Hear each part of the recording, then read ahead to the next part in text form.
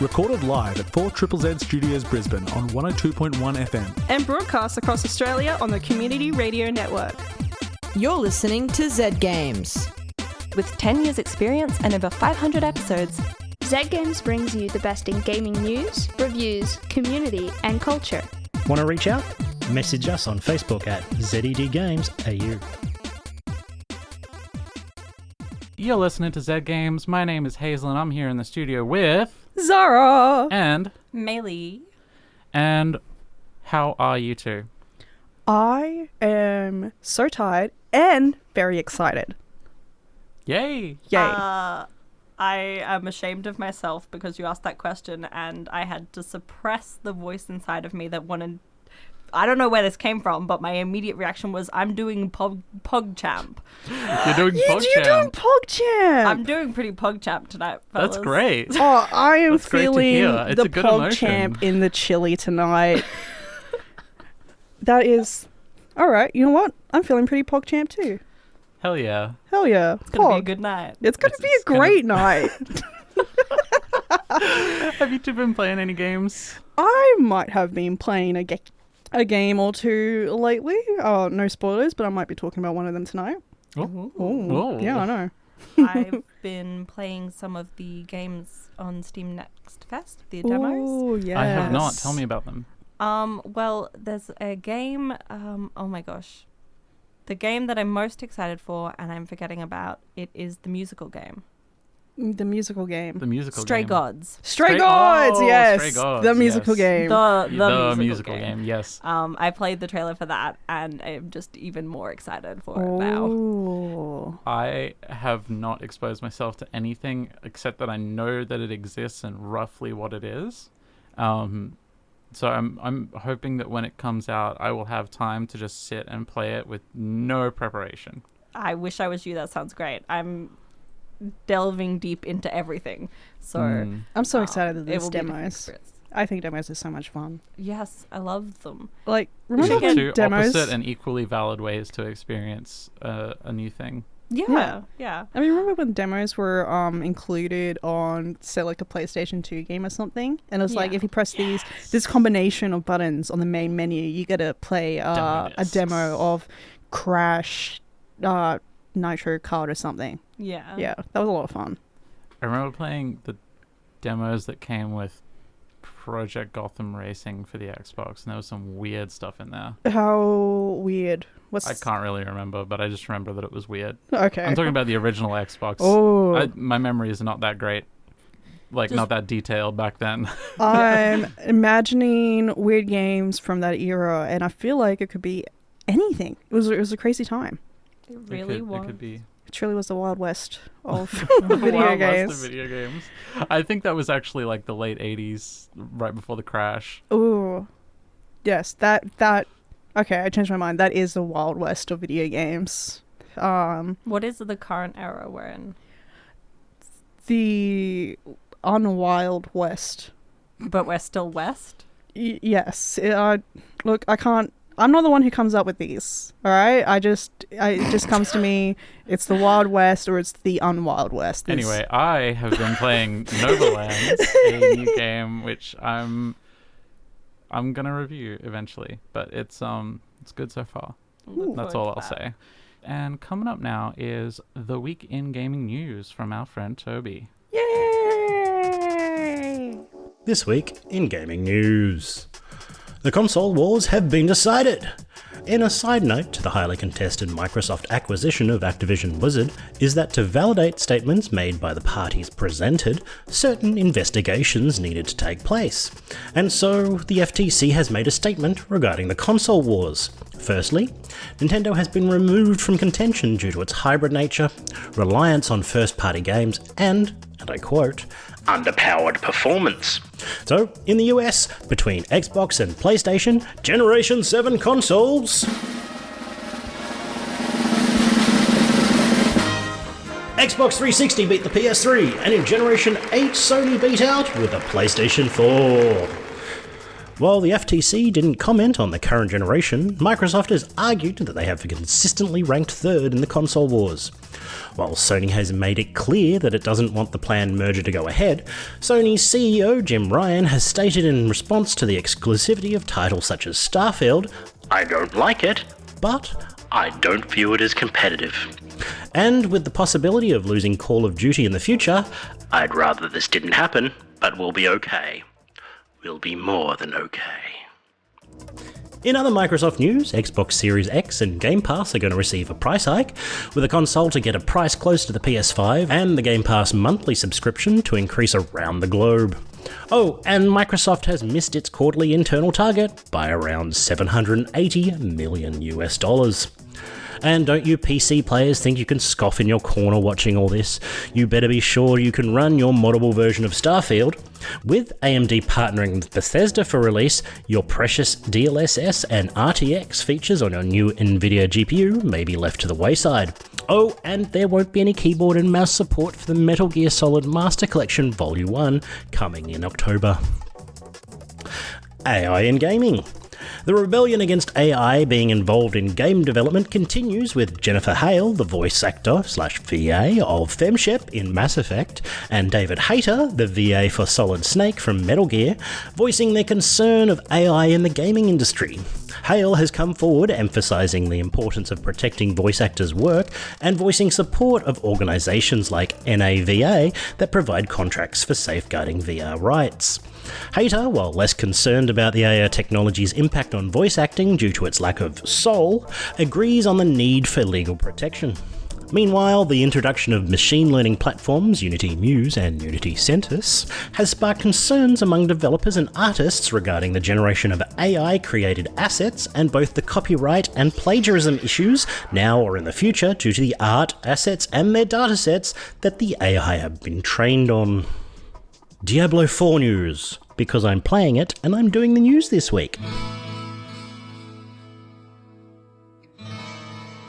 Over the weekend, Blizzard was hit by a DDoS attack, lengthening the already superfluous wait time to play a game mostly played solo. These attacks lasted around 12 hours and roused players online to ask why the game has joined the always online generation. Well, this may be due to the online store, which has the armor sets that can cost more than the base game, or maybe due to the item drops with a higher rarity than winning the lotto, with only 2 dropped so far since release. Adam Jackson, lead class designer of the game, confirmed last week that there are 6 top-tier unique items in a tweet, all of which have staggering randomized stats. Yes, you could still get this with a bad roll. And I join other players in the sentiment that if one drops for you, it would be financially irresponsible not to sell your account. In other secrets revealed, if you are about to finish the game, maybe don't go skipping that credit roll, with several different jump scare styled post-credit endings reported so far. These are all tipped to be clues into the gamut of expansions I'm sure are on the way for Diablo in the future. And if you haven't looked into the secret cow level, the internet is looking, and they're getting closer. Now for some game releases. So on Friday 30th of June, Master Detective Archives Raincode, a detective action game from the minds behind Danganronpa, and party game Everybody 1-2 Switch, both come to the Switch. And time-travelling puzzle point-and-click indie game Crime O'Clock is coming to PC and Switch. Tuesday, July 4th, break into the subconscious with VA David Hayter on the PSVR 2 in Synapse. And lastly, Thursday, July 6th, experience the branching narratives of retro-inspired JRPG Alterium Shift, or experience bouldering in the climbing sim New Heights, both coming to PC. Last of all, face your fears in horror puzzler Guilt, GYLT, coming to PC, PlayStation and Xbox. Oh, and in games coming to TV, Sonic Prime's new season is airing on Netflix, and Among Us is getting its own TV series. It is in development at CBS Studio and is reportedly being led by Owen Dennis, writer of Infinity Train, and animated by Titmouse of Big Mouth fame. However, no air date has been released. And that's all this week in gaming news. A big thank you to Toby for the news, and there's a couple of things that I think we should talk about. Okay, so first things first, what console are you two? because I was very much a PlayStation baby. I grew up with Xboxes. I grew up with PlayStations, although I play neither PlayStation or Xbox since leaving my house as a child. Oh, what this means something. I don't know what it means exactly, but it means It something. means I play PC and I play Switch. Well, yeah, there you go. Probably means that. That makes much more sense. I grew up with an original Xbox with an Executor mod chip in it that my brother soldered in and hot glued the controls for very poorly to the back. I put stickers on my PlayStation 2, and that's about as much customization as I was comfortable doing. Well, I had a nerd older brother. Well, so okay. Well, I was the little sibling, so I got to be player 2 whenever it was allowed. Were you actually player 2, or did they Yeah. ever do that trick where they sort of like not actually No, play? I was allowed to play. Okay, cool. I mean, I could kind of keep up. I could keep up well enough for player 2. I always think. enjoyed sort of like nerfing my own skills to try and make sure that the game would last longer for my sisters. I wish I'd had that from my sisters, but no. I mean, yeah. We played a lot of co-op games, though. It was I miss co-op games with my siblings. right. I've Oh. looked up some. I've played some like obscure games, and I've looked them up, and apparently they were terrible. Like they were rated really bad. I don't remember them being terrible. No, I remember them I being remember- very good and very fun. Right? As a child, these were the best games ever. Yeah, like, well, I don't know what these reviewers or whatever critics are going on about. Jack X was the best racing car game of that year that it came out. Maybe of all time. Maybe of all time, except for any Hot Wheels game. I think we're a bit off topic. Oh, yes, we did get off topic. Hazel is Googling. 2005. I'm not sure which racing games came out in 2005, so I can't dispute this. Well, we don't talk about the other ones because they didn't count. They didn't they're matter. not. They weren't Jack X Combat Racing. Okay. Yeah, Okay. so they're irrelevant. garbage. Anyway, we games. were talking about this because the FTC had to make a ruling on the console wars due to the Which is hilarious. merger of Microsoft and Activision Blizzard, which is... I mean, antitrust is good. It's good that they have to talk about this, but it's so weird. It's so weird. Like, I can't imagine... Like, if you went up to me, like, 20 years ago and were like, okay, eventually, all these console people, they're gonna start making strategies and mergers and all that kind of stuff, and things that were once console exclusive and no longer console exclusive. And it's just, I don't know how to explain it. That's why I'm not talking about it exactly. Things were simpler. Things back were then. simpler when we weren't connected to the internet. I don't Yeah. know. Probably. Are you excited about the Among Us show? Oh my god. So I was just That was We were so talking- exhausted. off off the mics about the unholy image of the Among Us in the big mouth art style since Yeah, I don't like thinking about it, and I'm gonna try my best not to see it. But But- Maylee did pitch the idea of Among Us being like a psychological horror. there's Hold no up. reason they couldn't make a good show.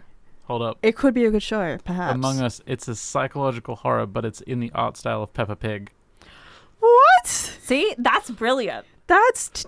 You should be in charge.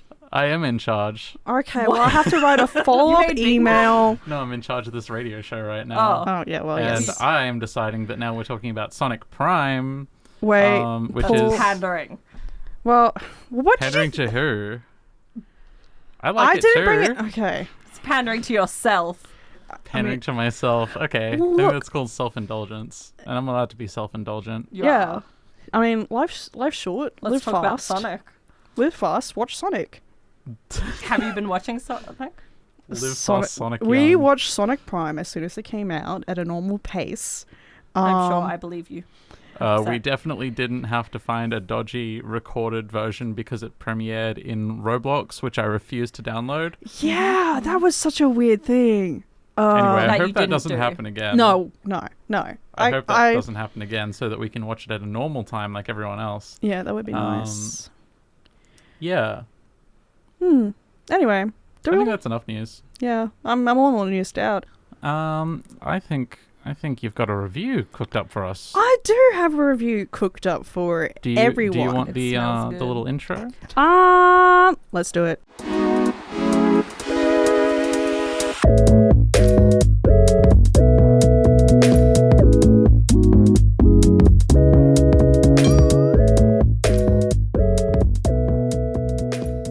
My friends, I am exhausted, and I get the feeling I'm not the only one. Everything is so hectic. There's something every single day in between work and uni and everything else that makes up life. I'm just tired. I try to pick up a book and all the words turn to mush in my mind. I've been playing that very popular RPG that everyone's into, but I can't solve anything. I think my 3 brain cells went on holiday, which is fair enough. I really wrung out every bit of intelligence and problem solving out of those 3 brain cells. But I still like puzzles, and I do find the act rejuvenating. But only a certain type of puzzle, and that's where the shape of things come in.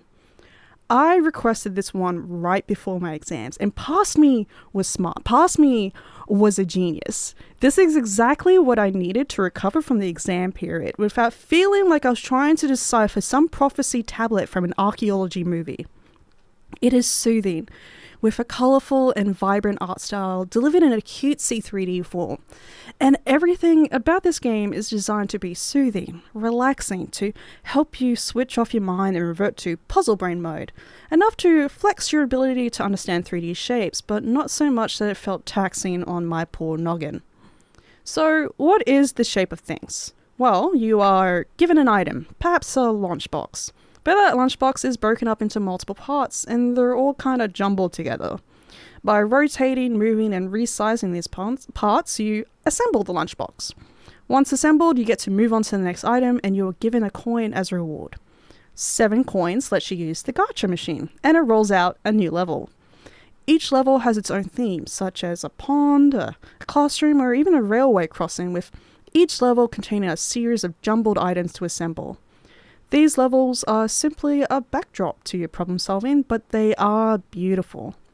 The pond level has a lot of movement and activity, including a friendly frog who checks on you. Initially, I did put off some levels because I thought, am I going to find a railway crossing relaxing? And I did. I found it very relaxing.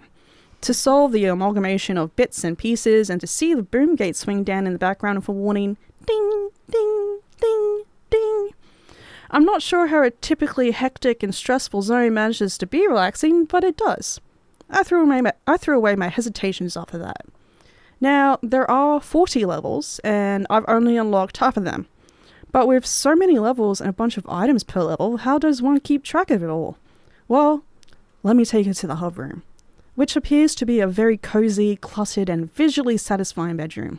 You have the gacha machine, of course, and your level selector, but you can also access the weather, time of day, credits, settings menu, and the constellation, which keeps track of how many levels you unlocked and how many you fully solved. It is stunning, and a fun way to watch my progress evolve. You can also control the weather, choosing from sunny, rainy, snowy, or windy. And you can also change the time of day between sunrise, daytime, sunset, and nighttime. It's honestly worth hanging out in this hub room. The way these controls, settings, and menus have been implemented is quite creative. For example, the exit button is one of those little posable mannequins often found on an artist's desk. The mannequin is in a running pose, and it's just a little bit of creative humor and joy. The auditory experience is also rather soothing and fitting for the scene. For the most part, there's some relaxing lo-fi music playing, but I also need to talk about the soundscapes in this game. Every level is unique, and the sounds are very appropriate for the setting. Back to the railway crossing, it's mostly quiet until it's time for the boom gates to come down. Ding, ding, ding, ding, it goes, sounding more musical than it usually is. It's not alarming when the train goes by. The pond is filled with the sound of water and wind and the croaking of a frog. When the weather is set to windy, you can hear the breeze moving the tree outside the window. And when you move the pieces around, you are met with satisfying sounds of a wooden block sliding and clicking together, and what sounds like a ratchet being used when blocks are rotated. It's all very low-key, but much appreciated. I definitely recommend headphones for this. So overall, I like the shape of things, and I think it's suited to anyone who relates to the following statements. For example, you enjoy solving a Rubik's Cube even if you don't know how to solve it. You used all your brain cells for exams and assignments, and you just want to solve some simple puzzles without hurting your head. You like ASMR. You like those 3-hour-long study with me videos on the internet. You like gacha machines. Or you found this review interesting. It's a pretty simple formula with a simple game loop. Enter a level, rearrange pieces into the item, earn coins, and unlock new levels. But the devs managed to make that a really rewarding, visually beautiful, and soothing experience where it's all too easy to just complete another level before you got to go do that thing you really need to do. And when I've been fried from the past month, this has just ended up becoming the perfect little treat of a game. The Shape of Things is developed by Hyper 3 Studio, and I played it on the PC.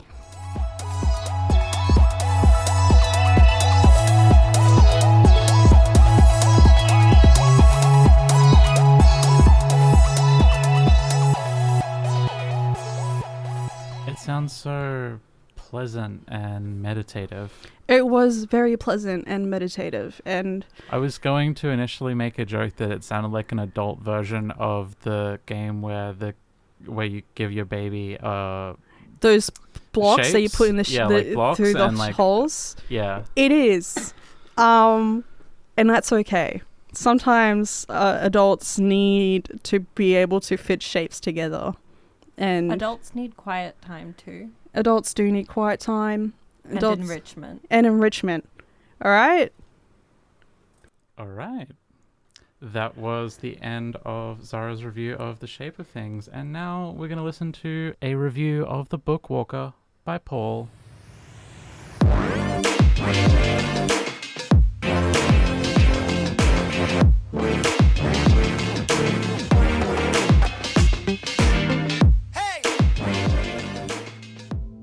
The Book Walker, Thief of Tales, is the second game by Do My Best, a developer originally from Russia, now based in Finland. Their first game, The Final Station, was a 2D side-scrolling train management and action game based in a zombie apocalypse. The new game is so removed from that style of gameplay, it really goes to show the developer's flexibility and ability to create unique titles. In this game, you play Etienne Quist, who is the titular Book Walker. The world you inhabit is incredibly interesting, and the title quite literal, as your character can physically enter and walk around inside books. You were a writer who has been convicted of an unspeakable crime, and have been restricted from writing for 30 years. With the goal of regaining your previous abilities, you make a deal with an underground organisation that tasks you with entering books and extracting items. Yes, in this universe, not only can you enter books, you can remove things. Normally these objects would dissipate once removed, but people are aware of the risk. To this end, writers have to misspell dollars, just in case someone works out how to take them out of a book and spend them in the real world. Anyway, your employer has found a way to make things transportable. Why would someone want to take an item from a book? Well, this universe seems to posit the idea that the original writers are long gone, so modern writers can really only create a remix and pastiche of existing ideas, which is a concept I find both interesting and very amusing. So for example, if I wanted to write a book where somebody takes a poison that gives them only the illusion of death, I could jump into Romeo and Juliet and ruin it by stealing that item for my own surefire masterpiece. A very unique universe indeed. From what I could gather, books currently in circulation would not be pulled apart, whilst those out of circulation could be recontextualized into new work. And the game is smart about exploring such a high concept because, like most things with ideas this grand and out of the norm, it would completely fall apart if you were to investigate the mechanics closely. The idea is broadly interesting, but literally very silly, so it uses a light touch to explore the story. Probably my favourite element is when you eventually discover the crime of which your character was convicted. I of course won't say anything about it here, but it was a crime I wasn't predicting and actually raised a lot of interesting ideas for me. I do want that idea explored a little bit further, but as it's presented in the game, I still found it very rewarding. When you embark on your capers, you are told you are required to enter 6 books and recover items for your employer.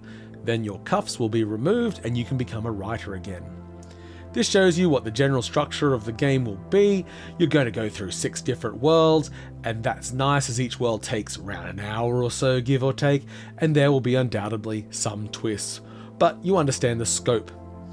Each world is vastly different and are each presented in a fun way.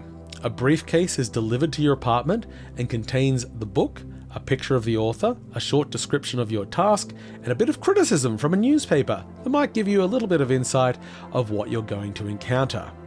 Once you remove the requested object, there's a special container for you to store it in the briefcase. So how does all this actually play?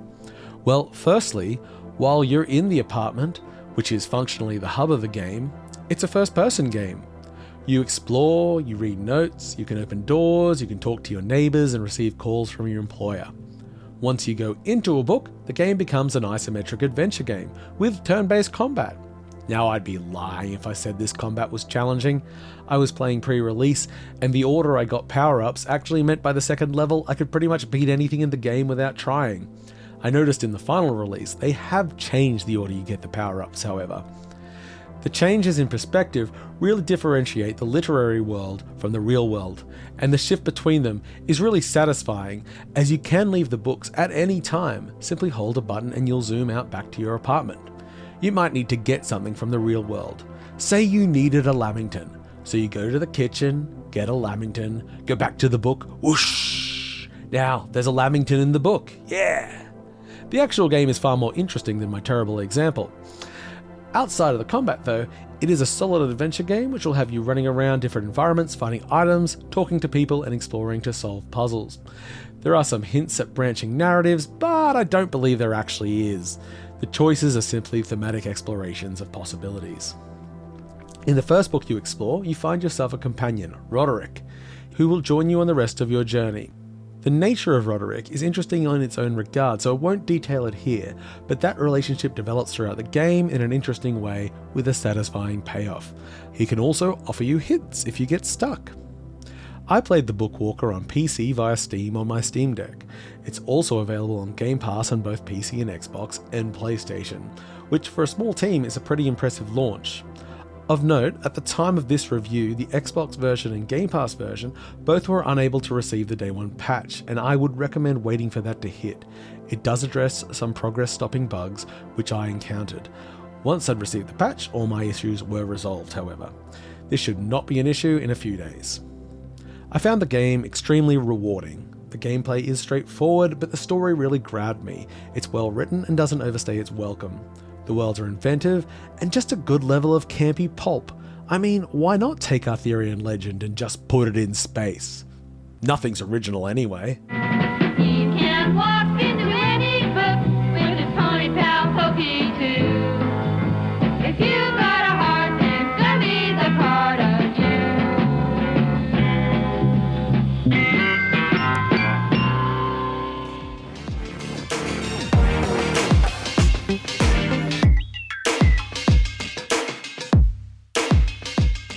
That was lovely. Thank you, Paul. Thank you, Paul. Thank you, Paul. That was so nice. That was so pleasant. It has been a very pleasant episode. No bad vibes. Yeah. You could say it was. It was pretty Pogchamp. It was pretty Pogchamp. You didn't even need to finish the sentence. All right. Well, you're listening to Zed Games with Hazel, Zahra, and Maylee, and it's coming up to the end of our time, so it's time for us to say goodbye. Oh, that's Tragically. not Pog. That's not very Pogchamp. But that's okay. Not everything needs to be. All right. Have a good night. Goodbye. Goodbye. Thanks for listening to Zed Games. If you'd like to listen to more, check out our podcast on Spotify. Or follow us on social media at ZED Games AU. See you next time.